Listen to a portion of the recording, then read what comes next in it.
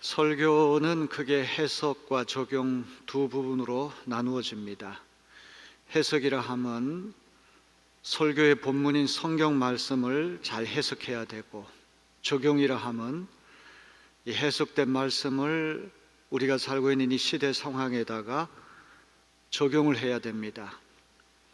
어떤 신학자는 오른손에는 성경책을 들고 왼손에는 신문을 들라, 텍스트, 성경 본문과 콘텍스트, 성경 본문이 해석되고 적용되는 이 상황, 이 두 가지가 다 중요합니다. 적용하기 전에 하나님 말씀을 바르게 해석하는 거 너무나 중요하죠. 우리가 개인적인 간증을 하더라도 이 간증이 정말 하나님의 영으로부터 왔는지 늘 따져봐야 됩니다. 그러기 위해서는 성경이 기준이 되어야 한다는 것입니다. 바른 인식이 바른 실천을 불러옵니다. 바른 해석이 되지 않은 상태에서 왜곡되고 잘못된 해석을 가지고 말씀을 적용하면 그것은 굉장히 위험한 것이 되죠. 고린도전서 말씀을 바르게 해석해서 우리 시대의 상황에 적용해 보려고 많은 노력을 하고 있지만 혀를 내두를 만큼 굉장히 어려운 말씀이기도 합니다. 바울이 쓴 13통의 서신 가운데 4대 서신이 로마서, 갈라디아서, 고린도전서, 고린도후서라고 말을 하죠. 2017년도에 종교개혁 500주년을 맞아서 로마서 연속 강해 설교를 2년 동안 한 적이 있습니다. 16장 되는 본문을 가지고 장장 2년 가까이 되는 긴 세월 동안 강해 설교를 한 적이 있는데, 이제 고린도전서 연속 강해 설교도 7장까지 하는데 20번의 연속 설교를 하게 됐습니다. 바울의 말씀이 왜 이토록 어려울까? 그가 대단한 심오한 사상가라고 하는 그런 이유도 있겠지만, 그가 살았던 시대 상황이 우리와 너무 다르기 때문일 것입니다. 고린도전서 7장은 성과 결혼과 가정에 대한 말씀이에요. 우리의 인생을 살아가면서 가장 중요한 것이기도 합니다. 부부간의 관계를 통해서 아이가 태어나고 또 이 아이가 잘 자라나가지고 사회적인 기둥이 되는 것, 국가를 떠받치기 위해서도 성과 결혼과 가정이라는 건 얼마나 중요한지 모릅니다. 결혼해서 가정의 국권이 세워질 때 그 굳건한 가정 덕분에 국가도 바로 세워질 수가 있는 것이죠. 이렇게 중요한 주제를 다룸에 있어서 바울은 시대의 아들입니다. 그는 결코 2000년 전이라고 하는 특별한 시간을 벗어날 길이 없고, 특별히 고린도전서 7장은 고린도 교회에서 발생한 문제를 놓고 바울이 응답한 것이기 때문에 그 상황을 우리가 잘 염두에 둘 수밖에 없습니다. 고린도 교인들이 바울에게 이런저런 질문을 던졌습니다. 아마 그 교인들 가운데 굉장히 금욕주의적인 그런 이들이 있었던 것 같아요. 이들은 영혼은 순결한데 육체는 부정하다, 육체로 하는 것은 다 좋지 않다, 부부간의 성관계라고 하는 것도 깊이 해야 된다, 심지어 결혼이라고 하는 것도 온전히 신앙생활을 하는데 방해가 되니까 합법적인 이혼이라는 수단을 통해서 결혼도 해체해야 된다, 이렇게 생각하는 이들이 있었어요. 이런 상황을 염두에 두고 바울은 여러 가지 가이드라인을 제시하고 있습니다. 그야말로 지침을 주는 것입니다. 여러 가지 안내를 하고 있는 것이죠. 기혼 신자 부부는 얼마든지 정상적인 성관계를 하는 것이 좋은 것이다. 또 할 수 있으면 결혼 상태에 머무르는 것이 좋겠지만 불가피한 경우가 있을 때에는 이혼도 허용될 수 있다. 또 남편과 사별한 과부의 경우, 호라비의 경우는 어떻게 해야 됩니까? 재혼해야 됩니까? 독신으로 있어야 됩니까? 또 신자와 비신자가 결합된 가정에서 이혼 문제가 발생할 때는 어떻게 해야 됩니까? 이런 자세한 문제들에 대해서 바울이 이런저런 응답을 주는 말씀이 고린도전서 7장입니다. 너무 복잡하고 너무 민감한 문제이기 때문에 그 어느 때보다도 신중하고 섬세하게 바울은 말씀을 주고 있습니다. 7장이 성과 결혼과 가정이라는 세 가지 중요한 주제를 다루고 있기 때문에 제 생각엔 한 10번 이상 설교를 해야지 제대로 우리가 이해할 수 있을 터인데 오늘 4번 설교하는 것으로서 설교를 마치려고 합니다. 자, 오늘 4번째 이 말씀은 처녀에 대한 말씀이에요. 자, 우리 25절 말씀을 세 번역으로 한번 읽어볼까요? 주님께서 처녀들에 대해서 하신 명령을 나로서는 받은 것이 없습니다. 그러나 나는 주님의 자비하심을 힘입어 믿을 만한 사람이 된 사람으로서 의견을 제시합니다. 오늘 봉독한 말씀은 처녀들에 대한 이야기, 또 맨 마지막에는 과부들이 남편과 사별했을 때 재혼해야 됩니까? 아니면 독신으로 있어야 됩니까? 이런 문제에 대해서 응답하는 것으로 이제 7장이 끝이 나거든요. 그런데 여기 처녀라고 하는 말 굉장히 어려운 말이에요. 처녀는 영어 성경에 보면 virgin이라고 하는 말은 한 번도 남자하고 관계를 가진 적이 수처녀, 동정녀를 이야기하는 거예요. 학자들은 여기서 말하는 처녀는 약혼 상태에 있는 사람들을 이야기한다. 어떤 남성과 결혼하기로 약속을 했지만 한 번도 동거한 적이 없는 일종의 영혼 결혼 상태에 있는 이들이 이 처녀들이라는 것이죠. 신자 부부의 이혼 문제, 재혼 문제, 또 독신자가 결혼해야 되느냐 하지 말아야 되느냐, 또 호라비 홀로미의 재혼 문제, 또 신자 비신자 가정이 어떻게 해야 되냐, 이거 상당히 복잡한 문제지만 여기 이 약혼한 상태에 있는 처녀 총각들도 상당히 복잡한 상황에 놓여 있어요.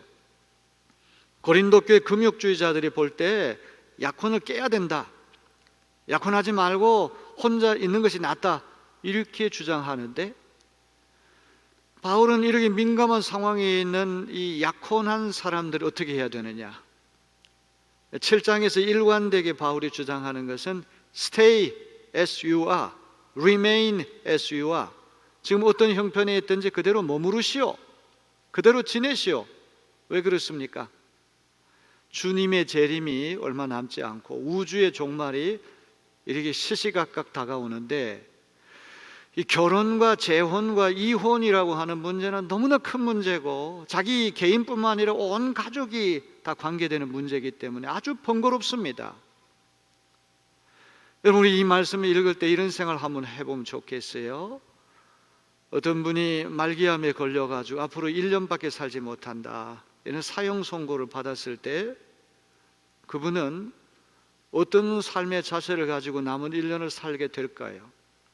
지금 바울이 이 말씀을 권면하는 상황도 오늘이나 내일이나 예수님 구름을 타고 신속히 재림하실 것이다, 세상의 종말이 시시각각 다가오는 아주 긴박한 상황이다, 이럴 때에는 독신으로 있는 사람은 할 수 있으면 독신으로 머무르고, 결혼 상태에 있는 사람은 할 수 있으면 결혼 상태에 머무르고, 홀압이나 홀로미 상태에 있는 사람도 그 상태로 머무르고, 약혼했다고 할지라도 결혼하지 말고 그냥 머무르는 것이 더 좋다. 독신으로 사는 것이 더 낫기는 하지만 결혼도 죄는 아니다. 이것이 7장에서 바울이 얘기하려고 하는 아주 중요한 주제입니다. 그러면 독신이 결혼보다 낫다고 하는 얘기는 본질적으로 더 낫다는 얘기가 아니라 임박한 종말을 대비해서 번거로움 없이 더 주님을 잘 섬길 수 있는 위치에 놓여 있기 때문에 독신을 선호하는 거예요. 결혼도 좋은 것이죠. 독신의 은사를 받은 사람은 독신으로 지내면서 주님 일을 하면 되고, 결혼의 은사를 받은 사람은 결혼해서 행복한 가정을 이끌면서 주님의 일을 하면 얼마나 좋겠습니까? 두 가지는 다 좋은 것이지만 누가 더 헷갈리지 아니하고 세상의 번거로운 일에 휩싸여 가지고 염려 근심 걱정 없이 누가 더 주님을 잘 섬길 위치에 있느냐, 이게 바울의 관심이에요. 천주교 신부님들은 독신으로 평생을 지내시죠. 그러나 개신교 목사님들은 가정을 이루고 자녀들을 둘 때가 많습니다. 교회가 어느 정도 경제적인 여유가 있는 목사님들은 그래도 괜찮지만, 교회가 경제적으로 어려울 때 여러 자녀들을 거느린 목사님들은 아무래도 자녀 양육의 문제라든지 생계 유지 문제 때문에 여러 가지 번거로운 일을 할 수밖에 없는 것이죠. 바로 이런 맥락에서 독신이 더 낫지만, 결혼하는 것도 죄가 아니다. 이거는 순전히 어떤 것이 더 옳고 어떤 것이 그르고 어떤 것이 죄고 죄가 아니고 이런 문제가 아니라, 어떤 것이 우월하고 어떤 것이 열등하고 이런 문제가 아니라, 어떤 처지가 임박한 종말을 대비해서 주님의 일을 더 번거로움 없이 더 잘할 수가 있느냐, 그런 처지에 있느냐, 이런 맥락에서 준다고 하는 것을 기억해야 돼요. 흥미롭게도 주님께서 처녀들에게 주신 명령이 없어요. 예수님은 이 약혼자라든지 약혼녀라든지 약혼한 총각 이런 사람들 상황을 주님 만나신 적이 없기 때문에 여기든 명령이 안 나와요. 그래서 이거는 명령이 아니라, 주님이 주신 명령이 아니라 내 개인적인 견해를 제시하겠다, 이런 표현을 쓰고 있거든요. 의견, 견해. 그런데 주님의 명령이 아니라 바울 자신의 개인적인 견해를 피력한다고 할 때, 저 바울이 독단적으로 말하는 거 아니야? 저 신뢰성 없는 말을 하는 거 아니야? 이런 오해를 피하기 위해서 나는 주님의 자비하심을 힘입어 믿을 만한 사람이 된 사람으로서 의견을 제시한다, 이거죠. 바울이 자기 개인의 어떤 순전한 개인의 의견을 얘기하는 것이 아니라 주님의 자비함을 힘입어서 신뢰받을 만한 사람으로서 의견을 제시하니까 이 말을 잘 들어달라, 이 이야기예요. 자, 이 처녀들, 약혼녀를 얘기하는 것입니다. 약혼한 상태에 있지만 아직은 동거하지 않는, 육체적인 관계는 갖지 않은 그런 상태에 있는 이들은, 금욕주의자들이 볼 때는 빨리 약혼을 깨고 홀로 지내는 것이 좋다, 이렇게 주장하거든요. 이 약혼녀 친정 부모님 가정이 금욕주의 가정일 때는 더 큰 문제가 발생하겠죠. 약혼을 했는데 이 약혼을 깨야 되는가, 서둘러서 결혼하는 것이 옳은가, 이런 민감한 상태에 있는 이들에게 바울이 어떤 권고를 주는가 오늘 살펴보려고 합니다. 오늘 본문에서 바울이 이야기하려고 하는 핵심은 38절에 그대로 나와 있어요. 우리 38절을 다 같이 볼까요? 그러므로 결혼하는 자도 잘하거니와 결혼하지 아니하는 자는 더 잘하는 것이니라. 결혼도 얼마든지 좋은 것이기 때문에 결혼의 은사를 받은 사람은 결혼하면 돼요. 그건 나쁜 거 아닙니다. 죄가 아닙니다. 결혼이 죄냐 아니냐, 그거는 아니에요. 독신이 죄냐 아니냐, 그 죄의 범주에 들어갈 문제가 아니라 카리스마, 하나님이 주시는 은사에 따라가지고 자기가 선택하고 결정할 문제예요. 약혼한 처지에 있는 처녀 총각이 결혼하는 것도 잘하는 것이지만 주님을 더 잘 섬기기 위해서 염려 없이, 번거로움 없이, 디스트랙션, 신경이 사방에 분산되지 않고 오로지 주님 일에만 전념하기 위해서 내가 결혼하지 않기로 작정했으면 그건 더 잘하는 것이다, 이렇게 말씀하고 있습니다. 그럼 약혼한 처녀들, 약혼한 총각들이, 약혼녀와 약혼자가 결혼하지 않고 머무르는 것이 왜 더 좋으냐? 바울이 신학적인 이제 근거를 제시하는 것을 우리가 잘 들어야 됩니다. 자, 우리 26절을 다 같이 볼까요? 지금 닥쳐오는 재난 때문에 사람이 현재 상태대로 살아가는 것이 좋다고 나는 생각합니다. 주님이 주시는 명령이 아니라 나는 이렇게 생각합니다. 아주 완곡하고 아주 섬세하게 이런 표현을 하고 있어요. Stay as you are, remain as you are. 지금 상태대로 머무르는 것이 더 좋은 이유는 뭡니까? 지금 닥쳐오는 재난 때문에 그렇다는 거예요. 재난, 환란이라고 하는 말이 헬라 말로 아낭켄이라고 하는 말인데, 이 아낭켄이라고 하는 말의 뜻은 necessity, 불가피하게 겪는 일, 필연적으로 겪는 일을 얘기하는 것이죠. 예수를 믿다 보면 안팎으로 필연적으로 당하는 고난이 있습니다.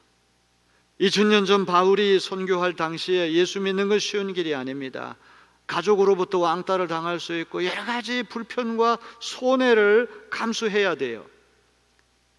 여기 이 재난이라고 하는 것은 미래에 다가올 그런 문제가 아니라 지금 이미 예수 믿는 지금 이 시점부터, 예수를 믿기 시작한 시점부터 그리스도인들이 겪고 있는 그런 환난입니다. 재난입니다.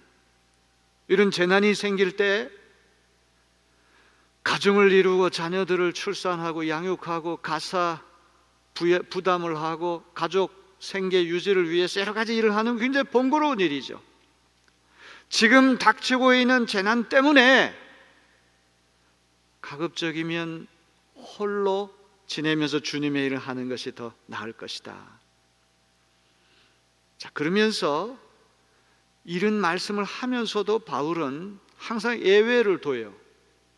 7장이 가장 특별한 것은 어떤 이야기를 하다가도 이상적인 이야기인데 그것이 현실로 돌아오면 이거 지키기가 대단히 어렵거든요. 결혼과 가장 많고 복잡하고 예민한 문제가 어디 있겠습니까? 이거는 남이 알 수 없는 영역이에요. 굉장히 복잡하고 굉장히 민감한 문제이기 때문에 이상만 가지고 될 수 있는 문제는 아니죠. 어떤 사람보다도 현실적인 바울은 가급적이면 현 상태대로 약혼자도 결혼하지 않고 약혼 상태로 머무르는 것이 좋겠지만 예외가 있다는 것을 28절에 말씀한, 우리 28절 다 같이 볼까요? 그러나 결혼한다고 할지라도 죄를 짓는 것이 아닙니다. 그리고 처녀가 결혼하더라도 죄를 짓는 것이 아닙니다. 그러나 그들이 살림살이로 몸이 고달플 것이므로 내가 아껴서 말해주는 것입니다. 처녀라고 하는 이 말은 아까도 얘기했지만 굉장히 이 본문을 이해하는 데 중요한 용어예요. 이것은 약혼한 상태에 있는 동정녀, 수처녀를 얘기합니다. 어떤 영혼 결혼 상태에 있는 어떤 사람들을 얘기하는데 이런 사람이 결혼을 하더라도 그 죄 짓는 게 아니라는 거예요. 이건 다분히 금욕주의자들에 대해서 반박하는 것입니다. 그들은 육체는 불결하고 영혼은 순결하기 때문에 육체의 관계를 다 피해야 된다. 부부가 다 예수 믿는 사이라고 할지라도 분방해야 된다. 심지어 결혼까지 해체하고 독신으로 살아야 된다. 이렇게 강경하게 주장한 사람들인데 바울은 그들이 얘기하는 이 독신이라고 하는 것에 대해서는 조금 의미를 부여하지만 결혼이라고 하는 그들이 생각하는 것은 죄가 아니다. 이건 죄의 범주에 들어갈 문제가 아니라 순전히 은사의 문제라는 것이죠. 약혼녀가 결혼하는 것이 좋다는 말을 할 때 여기서 재미있는 말이 그들이 살림살이로 몸이 고달플 것이기 때문에 내가 그들을 아끼는 마음으로 이 말을 한다는 거예요. 가정을 이루어 가지고 자녀들을 낳고 자녀들을 양육하고 또 생계 유지를 하기 위해서는 이 살림살이를 해야 되는데 살림살이가 얼마나 힘든지 알 수가 없어요. 굉장히 번거로운 일들이 많아요. 독신으로 살면은 그래도 이제 이런 문제로부터는 비교적 자유로울 수가 있겠죠. 그래서 순전히 결혼해가지고 가정을 이루게 되면 살림살이로 몸이 고달플 것이기에 내가 여러분을 아끼는 마음으로 가급적이면 종말을 대비해서 예수님 재림이 얼마 남지 않았기 때문에 현 상태대로 머무르는 것이 더 낫지 않겠습니까? 이렇게 제안한다는 거예요. 순전히 목회적인 배려로 그들을 아끼는 마음으로 사랑하는 마음으로 그 고달픈 결혼 생활로 인해 가지고 몸과 마음이 지칠 수 있기 때문에 이제 예수님 얼마 있지 않아서 재림하시고 종말의 날이 올 터인데 가급적이면 지금 상태로 지내는 게 좋지 않겠습니까? 이 얘기를 한다는 것이죠. 자, 이제 29절로부터 31절이 오늘 제 설교 주제와 직결되는 말씀이기 때문에 잘 들어주시기 바랍니다. 그리스도인이 결혼 생활을 비롯해 가지고 모든 일상생활에 있어서 종말의 날을 대비하려면 어떤 자세를 갖고 살아야 되는가를 이야기해요. 5가지 예를 들고 있어요. 두 쌍으로 된 이제 이 5가지 예를 들고 있는데 있어도 없는 것처럼 살라. 이게 이 말씀이에요. 안에 있는 사람은 아내가 없는 사람처럼, 우는 사람은 울지 않는 사람처럼, 기쁜 사람은 기쁘지 않은 사람처럼, 무엇을 산 사람은 그거 소유하지 않은 사람처럼, 세상 물건을 이용하는 사람은 그거 이용하지 않는 사람처럼, 한마디로 세상살이가 전부인 양 거기에 아둥바둥하면서 그걸 하나님 대신에 우상처럼 섬기지 말고 초연하게 살아가라, 이거예요. 예수님의 재림이 내일 있고 지구의 종말이 내일 모레 있다고 한다면 우리 삶이 달라질 거예요. 우리가 세상을 보는 시선이 달라질 거예요. 어제까지만 해도 절대적인 것으로 여겼던 것이 다 상대화되고 가치를 잃어버리고, 이 사느냐 죽느냐 하는 문제가 내 앞에 있을 때 그 비본질적인 문제들은 중요하지 않게 된다, 이 말이에요. 그리스도인들에게 종말이라고 하는 것이 왜 그토록 중요합니까? 이 종말, 하나님의 나라가 점점 다가오고 있기 때문에 우리는 이 세상에 살면서도 세상이 전부인 양 집착하지 않게 된다. 초연해질 수 있고 초탈할 수가 있고 의연하게 더 중요한 주님의 일, 더 중요한 하나님의 나라의 초점을 맞출 수가 있다는 거예요.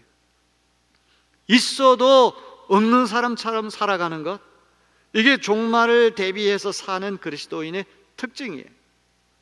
있어도 없는 사람처럼 산다는 말은 거꾸로 말해서 없어도 있는 사람처럼 살라는 말도 되는 거예요. 이 두 가지가 다 똑같은 의미예요. 이건 문자적으로 얘기해가지고 안에 있는 사람은 안에 없는 사람처럼, 우는 사람은 울지 않는 사람처럼, 기쁜 사람은 기쁘지 않은 사람처럼, 물건 산 사람은 그거 소유하지 않은 사람처럼, 물건 이용하는 사람 이용하지 않은 사람처럼, 이 고린도라고 하는 대도시의 일상생활에서 사람들이 살아갈 때 이 결혼 상태, 울고 웃고, 이거 감정 상태죠. 또 이 대도시의 경제 활동 얼마나 많이 합니까? 상거래 얼마나 많이 합니까? 물건들 많이 사야 됩니다. 집도 사야 되고 뭐도 사야 되고 물건 이용할 거 얼마나 많습니까? 이런 일상생활에서 어떤 삶에 연루되어 있다고 할지라도 그리스도의 재림, 종말의 날에 대비하는 그리스도인은 있어도 없는 사람처럼, 없어도 있는 사람처럼, 그런 것에 너무 아둥바둥하지 말고 초연하고 초탈하게 시선을 새롭게 하라, 삶의 자세를 근본적으로 바꾸라. 여기에 바울의 요점이 있음을 믿으시길 바랍니다. 내가 1년밖에 내 삶이 남지 않았다고 할 때 여러분, 뭐가 중요한 것입니까? 뭐가 덜 중요한 것입니까? 우리의 삶이 이렇게 임박한 종말이라고 하는 앞에서는 세상을 바라보는 시각이, 세상을 대하는 태도가 근본적인 전환이 일어날 수밖에 없다는 것이죠. 자, 왜 지금 상태대로 머무르는 것이 좋습니까? 독신자는 독신 상태로, 결혼한 사람 결혼한 상태로, 약혼한 사람은 결혼하지 말고 그냥 있는 것이 더 낫다고 하는 이유는 무엇입니까? 자, 이 기본 전제가 세 가지. 첫째는 임박한 환난으로 말미암아 예수 믿는 것 때문에 불가피하게 필연적으로 당해야 할 많은 어려움이 있어요. 두 번째는 그 때가 단축하여진 고로 그랬어요. 아주 중요한 말입니다. 이 때라고 하는 말이 카이로스라는 말을 쓰고 있는데, 이 카이로스는 특별한 시간, 구원의 시간, 은혜의 시간, 정해진 시간.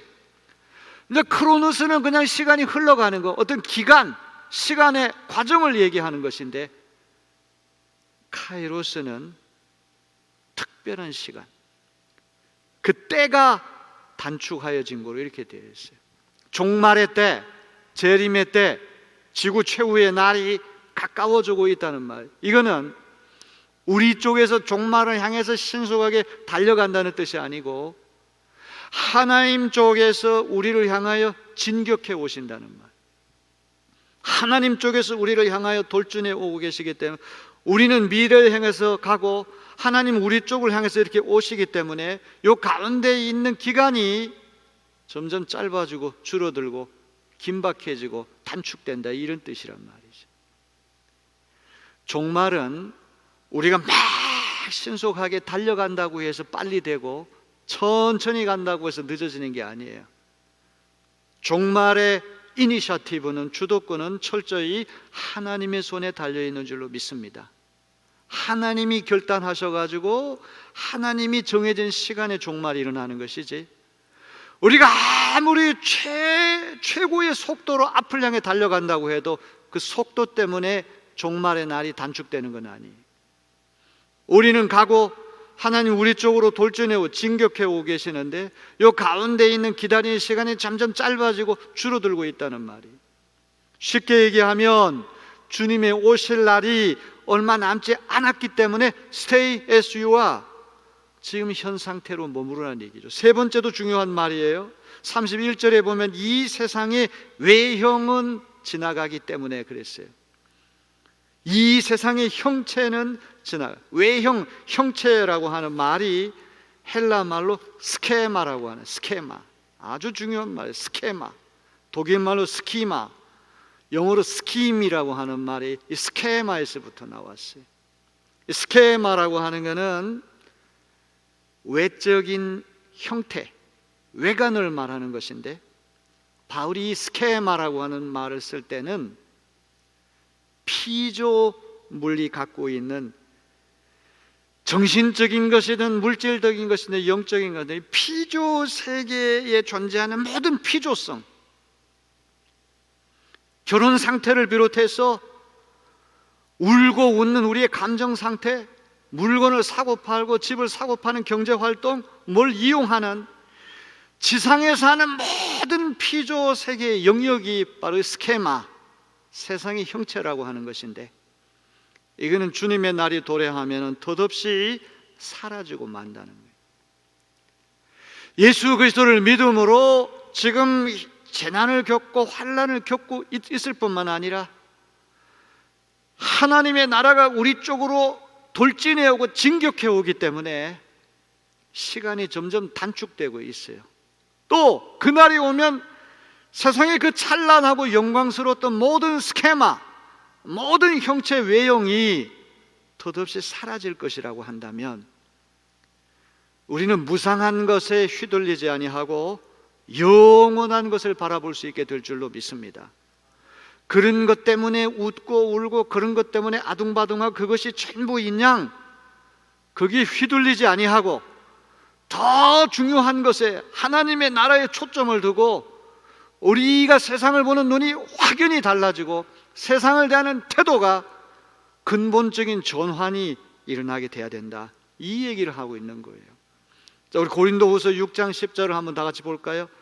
근심하는 자 같으나 항상 기뻐하고 가난한 자 같으나 많은 사람을 부요하게 하고 아무것도 없는 자 같으나 모든 것을 가진 자로다. 아까는 있어도 없는 사람처럼 살라고 그랬는데 여기는 보면은 없어도 있는 사람처럼 살라는 얘기예요. 똑같은 말이에요. 있어도 그 있는 것 자랑하지 말고 있는 것 때문에 연연히 하지 말고 없어도 그것 때문에 늘 결핍을 느끼지 말고 있는 사람처럼 당당하게 살라는 이야기죠. 이것이 종말을 대비하며 사는 그리스도인의 삶의 자세가 아니고 무엇이겠습니까? 바울이 처녀들, 약혼한 상태에 있는 이들에게 가급적이면 약혼한 상태, 영혼 결혼 상태에 머무르고 직접 결혼하지 않는 것이 주님을 섬기기에 더 염려 없이 마음이 분산되지 않고 더 잘 섬길 수 있지만, 이러이러한 조건이 있을 때는 결혼해도 됩니다, 결혼이 죄가 아닙니다, 양쪽 가능성을 다 열어놓고 있거든요. 특별히 우리가 이 말씀 읽어볼 때 여기 염려라고 하는 말과 마음이 나누어진다는 말이 이제 나오거든요. 헬라 말로 염려라고 하는 건 마음이 나누어지는 상태를 얘기하는 거예요. 근심이 자꾸 생긴다는 말은 마음이 여러 갈래로 신경이 분산되기 때문에 염려가 생기는 거예요. 그래서 여러분이 염려로부터 벗어나려면 어떻게 해야 됩니까? 마음을 단순하게 가져야 돼요. 마음이 가난해지면 되는 거예요. 이게 돈도 섬겨야 되고 자녀도 섬겨야 되고 집도 섬겨야 되고 쾌락도 섬겨야 되고 이 뭐 만 가지가 내 마음속에 들어 마음이 4분 5일에서 나누어질수록 염려거리가 많아지게 되는 거예요. 결혼을 하게 되면 자녀를 낳아야 되지 않습니까? 양육해야 됩니다. 생계 유지해야 됩니다. 시집, 친정, 여러 식구들과 관계, 이런저런 인연이 또 생기기 때문에 그 관계 유지를 또 잘해야 되거든요. 이러다 보면 아무래도 마음이 나누어지고 헷갈리게 되고 염려거리가 많아지니까 예수님은 시시각각 우리 쪽으로 지금 다가오고 계시는데 주님의 일을 하기에는 여러 가지 불편함이 있다, 이 말이에요. 그 염려 없이 마음이 나누어지지 않고 주님을 더 잘 섬길 수 있는 위치가, 처지가 어디냐? 바울은 그 이야기를 하고 있습니다. 자, 마지막으로 이 39절, 40절은 뜬금없이 이 과부의 재혼 문제를 여기서 다루고 있어요. 어떻게 되면 이 문제야말로 바울이 7장에서 말씀하려고 하는 요점을 다시 한번 정리해 준다고 볼 수 있어요. 금욕주의 여성들로 골머리를 앓는 고린도 교회, 남편이 세상을 떠난 다음에 어떻게 해야 되는가? 당연히 금욕주의자들은 재혼하지 않고 지내는 것이 그게 옳다, 재혼하면 죄가 된다, 이런 생각을 했을 텐데 바울은 이런 여성들에게 재혼의 가능성을 열어주되 자신은 개인적으로 독신을 더 선호한다, 자기 입장을 또 분명히 하는 것으로서 7장에 결론을 맺고 있어요. 자, 우리 39절 40절 다 같이 세 번역으로 한번 볼까요? 아내는 남편이 살아있는 동안에는 그에게 매여 있습니다. 그러나 남편이 죽으면 자기가 원하는 사람과 결혼할 자유가 있습니다. 다만 주님 안에서만 그렇게 해야 할 것입니다. 내 의견으로는 그 여자는 그대로 혼자 지내는 것이 더 행복할 것입니다. 저기 마지막에 내 생각에는 남편과 사별한 홀로미는 재혼하지 말고 혼자 지내는 것이 더 행복할 것입니다. 제가 이 말씀에 굉장히 웃었어요. 야, 독신으로 살고 2000년 전에 바울이 그런 처지에 있었던 분이 어떻게 이런 생각을 할까?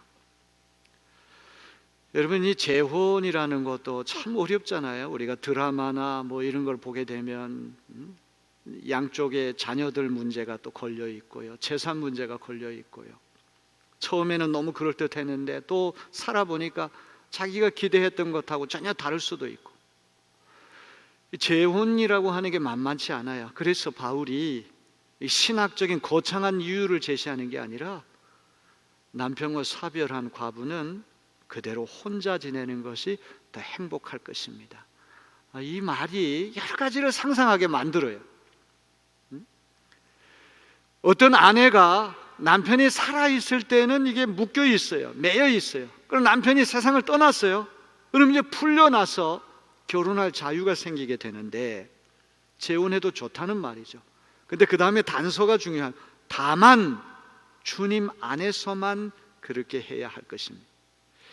이거를 편협하게 문자적으로 해석하는 목사님들은 꼭 크리스찬 배우자와만 재혼해야 된다, 이거는 신자하고만 재혼해야 된다, 이렇게 해석을 하는데 그거는 좀 지나치게 좀 편협한 해석이 아닌가 싶어요. 주님 안에서라고 하는 이야기는 말 그대로 우리가 주님 안에 있게 될 때 세상을 바라보는 시선이 달라지고 세상을 대하는 태도가 달라져요.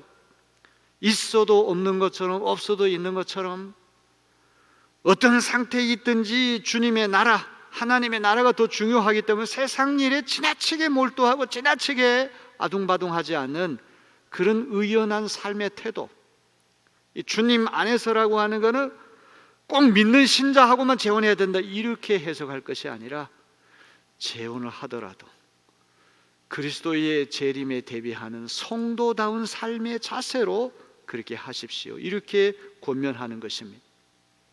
맨 끄트머리 7장 40절의 맨 마지막이 어떻게 되어 있습니까? 여기 맨 마지막을 여러분 보세요. 뭐라고 되어 있습니까? 나도 또한 하나님의 영을 받은 줄로 생각하노라. 나도 또한, 너희만 하나님의 영을 받은 거 아니다, 나도 또한 하나님의 영을 받은 줄로 생각한다. 이게 무슨 얘기예요? 고린도 교회의 부부관계 깊이 하고 결혼이라는 것 이혼으로 깨가지고 그런 어떤 육체관계 이런 거 맺지 않고 하나님 잘 섬기는 게 진짜다, 이런 과도한 어떤 은사주의, 과도한 어떤 성령주의, 과도한 급진적인 종말주의, 이런 거에 빠진 사람들이 있었어요. 그들이 하나님의 영을 받았기 때문에 이런 주장한다고 하는데, 야, 너희들만 하나님의 영 받았느냐? 나도 하나님의 영을 받아서 이 얘기를 너에게 한다. 한 방 먹이는 걸로 끝이 나는. 하나님의 영은 너희만 전세 낸 줄 아느냐? 우리가 툭하면 성령 충만, 성령의 능력으로 뭘 한다고 그렇게 주장하니, 야, 너희만 하나님의 영을 받았느냐? 나도 하나님의 영을 받아서 이 얘기를 하는 거야. 성령주의자들에게 한 방 먹이는 것으로 7장이 종결된다는 것입니다. 자, 바울이 이 말씀을 할 때는 불신자들, 비신자들, 이거 염두에 두지 않고 신자들 경우를 예를 들겠죠. 예수 믿는 사람 가운데 한 번도 결혼한 적이 없는 독신, 미혼 남성, 미혼 여성이 있겠죠. 또 약혼한 상태, 약혼한 처녀, 총각이 또 있을 거예요. 또 그런가 하면 또 신자 부부가 있을 테고, 또 예수 믿다가 호라비가 되고 홀로미가 된 이도 있을 테고, 어떻게 하다 보니까 신자가 비신자 결혼해가지고 이게 자폰 가정을 또 이루는 그런 경우도 있을 거예요. 이런 경우들을 하나하나씩 다 상정해가지고 이야기를 해요. 자, 이 말씀을 이제 마침내 결론을 우리가 맺어야 되는데, 이 말씀을 읽은 이 상황이 중요하죠. 2000년 전에 바울이 말씀을 줄 때는 고린도 교회 불거진 문제일 뿐만 아니라 예수님 재림이 내일이나 모레 아주 긴박하게 종말이 온다고 하는 그런 기대감을 갖고 이 말씀을 했는데, 2000년이 지나도 예수님이 아직 안 오셨다는 거예요. 이 종말이 지연되고 심판이 지연되고, 오늘 우리 시대에 누구도 종말이 긴박하게 다가온다 이런 생각하는 사람 별로 없는 시대에 바울이 이 말씀을 준다면 어떤 말씀이 될까? 틀림없이 바울은 독신으로 사는 것보다는 결혼으로 해서 사는 게 더 낫습니다. 결혼해서 가정을 이루어서 생육하고 번성하십시오. 아마 이렇게 얘기하지 않았을까? 왜? 눈에 띄게 재림이 지연되고 눈에 띄게 종말이 지연된 이런 시대에는 상황이 다르기 때문에, 이 인구 절벽 시대가 와가지고 저출산 때문에 노령 인구는 급격하게 늘어나고, 이 노령 인구들을 먹여 살려야 할 젊은이들의 인력이 떨어지면 국가가 망하잖아요. 그렇기 때문에 여러분, 예수 믿는 사람들부터 빨리 결혼해가지고 가정을 이루고 자녀들 많이 낳으십시오. 독신으로 사는 것보다 결혼해서 가정을 이루는 것이 더 나을 것입니다. 아마 이렇게 얘기하지 않았을까요? 그래서 7장 말씀은 절대적으로 문자적으로 해석하면 안 돼요. 제가 따져보니까 이 7장만큼 악용되고 오해된 본문이 없어요. 이걸 다 문자적으로 해석을 해가지고 율법적으로 적용을 해서 교인들을 억누르고 이런 사례들이 굉장히 2000년 역사 동안에 많았어요. 우리 내리교인들은 바울이 말씀하려고 하는 요지만 잘 마음에 잘 새기고, 상황에 따라서 얼마든지 신축성 있게, 융통성 있게, 도덕적인 분별력을 가지고 아주 신중하게 처신할 것을 우리 가르친다고 하는 것을 기억해야 됩니다.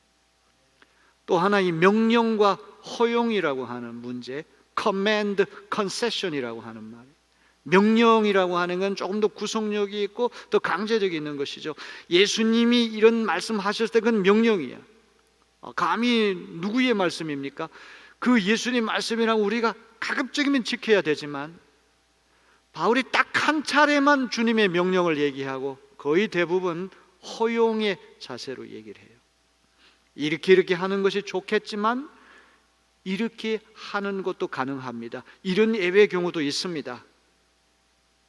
이거야말로 바울이 이상주의자가 아니라 현실주의자라고 하는 걸 보여주는 거예요.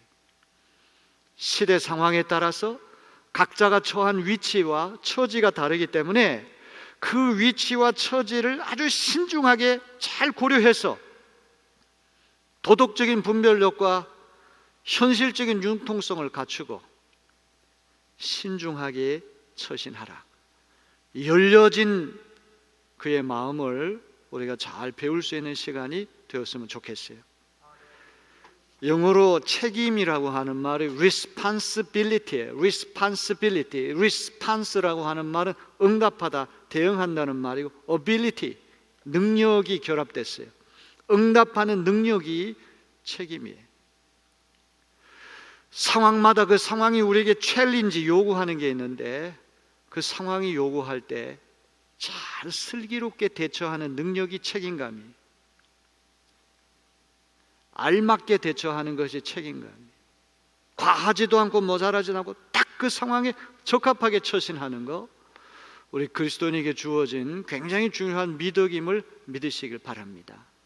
성과 결혼과 가정, 이 세 영역보다 더 책임성이 요구되는 그런 영역이 어디 있겠습니까? 오늘 귀한 말씀 마음에 잘 새겨 듣고, 이제 우리 바울이 주는 이 가르침이 하나님이 바울을 통해서 우리에게 주시는 가이드라인이다 이렇게 생각하시고 잘 염두에 두는 여러분 되시길 바랍니다. 다음 주일부터 한 달 동안은 제가 이제 어떻게 하다 보니까 뭐에 너무 깊이 빠지면 저도 헤어나지를 못하는데, 이게 설교 원고가 박사학위 논문을 쓰듯이 이렇게 해와서 저도 지치고 여러분도 지쳤어요. 그래서 좀 더 현실적이고 더 중요한 그러한 이제 문제가 무엇인지 하나님께 기도해서 한 달은 다른 주제로 설교를 하려고 그래요. 여러분 7장까지 20번의 설교를 잘 따라와 주셔서 감사합니다. 다 일일이 다 기억하지는 못하지만 하나님께서 이 부족한 종을 통해서 전달하려고 한 메시지의 요점은, 핵심은 여러분이 아마 잘 캐치했으리라고 믿습니다.